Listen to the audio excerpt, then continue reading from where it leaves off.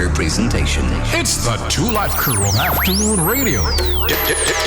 Dahlia Harris, Johnny Daly. The Two Life Crew, Dahlia Harris and Chris Johnny Daly. It's the Two Life Crew of Afternoon Radio. The Two Life Crew starring Dahlia Harris and Chris Johnny Daly.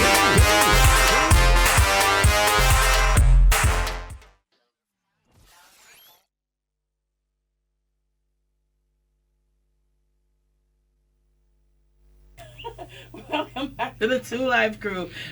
We have, as we are joining you on television Jamaica live from studio, breaking news for you. So I had to get the news boss Milton Walker with me. Milton, lots happening in the news. Indeed, Dahlia, and I just want to tell our viewers, because we broke it on radio earlier, that the police constable Noel Maitland has been found guilty of murder of his girlfriend Donnelly Donaldson.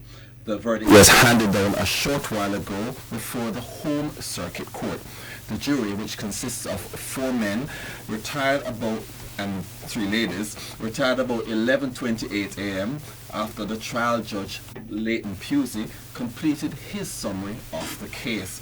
Justice Pusey told jurors that they should come to a verdict that they could all agree on. Constable Maitland's sentencing date is March 13. So just to recap, Police Constable Noel Maitland has been found guilty of murder of his girlfriend Donnelly Donaldson, and Dahlia must also say that he's also been found guilty of the second charge, which is unlawful burial of her corpse. Okay. Because as you know, her body has not been found, and it's believed that he disposed of the body. Donnelly, of course, was a social media personality and a customer service representative, and she was reported missing on the 13th of July 2022. Her body was never found. Wow. Thank you for that, Milton. 2022. Yes, 3 years. And he, of course, has been in custody ever since. He's not gotten bail. Well, I know Dion will have much more on the headlines a little bit later on. Sure. And of course, Primetime News will definitely bring you an extended version of what you just heard. We're getting this fresh from the court. Yes, as our reporter Raquel. Raquel you have heard Cortez on there. radio earlier. Yeah, Yes. all right. Thank you so much to our news team. Always on top of the news and what's happening. Always our pleasure to bring that for you. So, again, please stay tuned to our Primetime News this evening on television Jamaica and our news right here at 5. We'll have much more. Thank you, Milton. Beyond the headlines, yes. Thank you so much. All right, so we return to our regular programming here on the Two Live Crew. We got a young man in studio with us. He's a reggae singer, songwriter, former lead vocalist of Raging Fire. I said young man, and him chuckle. I don't know why I'm chuckle. Kumar, please bring the microphone closer to you so that the listeners can hear you.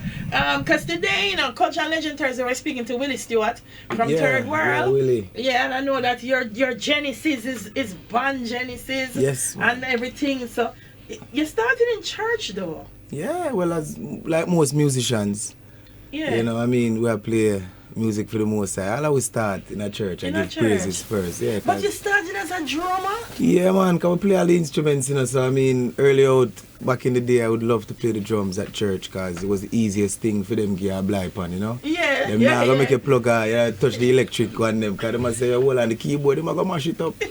But the drum, them never mind, give way a blind, so yeah, I love music, so from early out I was definitely involved. Right. Yeah. So tell me then, Kumar, how that graduated from playing in church, how you reaching our did you reggae band and all them things now? Well, the music is spirit filled, so correct. From you grew up in a church, you don't understand, say, it's really about feeling. It's not even just playing. Most people who go to church can sing, especially Seventh-day Adventists.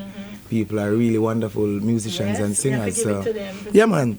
And so because of that, I think when I ended up in Edna Manley, Mr. Ibo Cooper was my teacher at school, from Third World, and I then realized that reggae music is also gospel music. It's not what people might think. Rastafari music is for the gospel, it's for the Lord. Yeah, so we really and truly, felt connected to roots and culture, and so from that day till now, the best way to represent it sometimes is with musicians in a band, because most I say, players and singers and players of instruments. Yeah, My together. spring R&D. One. It's interesting, because you mentioned again about Cooper as your mentor and somebody coming from Turbo.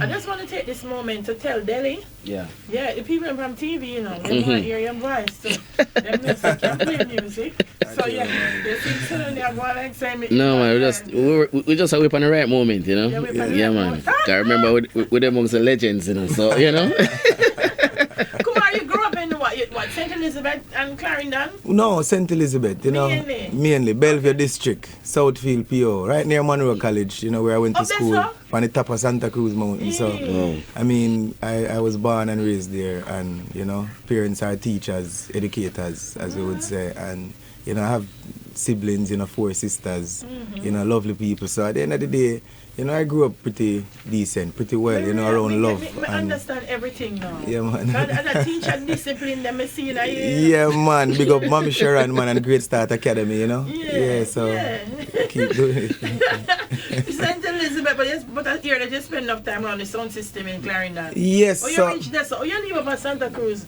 Mountain. Well, you see, when I left Monroe, my best friend and I at the time, Basil, big up Basil Lowndes. When we left Monroe, I wanted to go to UTech, at first to do architecture, or mechanical engineering. Okay. But I was too young leaving Monroe College. So we ended up going to Knox Community College. We had to do a prerequisite year for UTech. So in that period of time, that period of time, man, Pink Panther and Yunzi them off a Black Cat sound and them man and Dragon and some man, it's like I was always trying to go around and figuring out what is this about studio, because I wasn't introduced to studio until very late, until my teens in terms of how it works. And then we just fall in love with that too, because I knew music was my thing. I just never wanted to disappoint my parents in terms of, I'm not come out to nothing as them would say, but I really and truly think I did pretty well for myself. I think so too. So tell me now, how would being around the sound systems kind of give you, as you said, a different viewpoint of music, but also help to influence